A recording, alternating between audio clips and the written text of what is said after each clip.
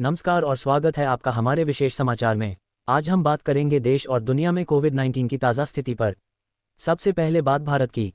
केंद्रीय स्वास्थ्य मंत्रालय द्वारा जारी ताज़ा आंकड़ों के अनुसार देश में कोविड-19 के सक्रिय मामलों की संख्या एक बार फिर बढ़कर 7,121 हो गई है। पिछले 24 घंटों में 6 लोगों की मौत भी दर्ज की गई है। इस वर्ष 2025 अब तक कुल मौतों की संख्या 74 हो गई है। राज्यों में सबसे अधिक मामले सामने आ रहे हैं, उनमें केरल सबसे ऊपर है जहां 2,223 सक्रिय मामले हैं। इसके बाद गुजरात में 1,223, दिल्ली में 757 और पश्चिम बंगाल में 747 सक्रिय मामले हैं।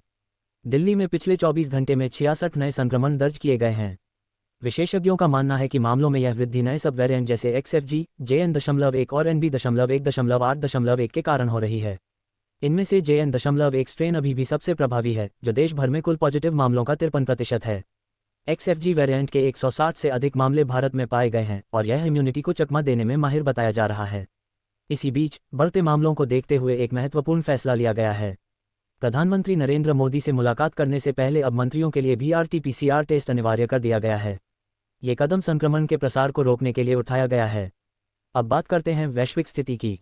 विश्व स्वास्थ्य संगठन WHO के अनुसार मई 2025 के अंत तक वैश्विक स्तर पर SARS-CoV-2 की गतिविधि में वृद्धि देखी गई है। परीक्षण पॉजिटिविटी दर 11% तक पहुंच गई है, जो जुलाई 2024 के बाद से नहीं देखी गई थी। ये वृद्धि मुख्य रूप से दक्षिण पूर्व एशिया क्षेत्र और पश्चिमी प्रशांत क्षेत्र के देशों द्वारा संचालित है। हालांकि कुल मिलाकर वैश्विक स्तर पर SARS-CoV-2 गतिविधि कम बनी हुई है, लेकिन कुछ क्षेत्रों में वृद्धि दर्ज की गई है। एंकर इस बीच स्वास्थ्य मंत्रालय ने सभी राज्यों और केंद्र शासित प्रदेशों से कोविड-19 के बढ़ते मामलों पर सतर्क रहने और उचित सावधानी बरतने का आग्रह किया है। लोगों को भी मास्क पहनने, सामाजिक दूरी बनाए रखने और हाथ धोने जैसे बुनियादी नियमों का पालन करने की सलाह दी जा रही है।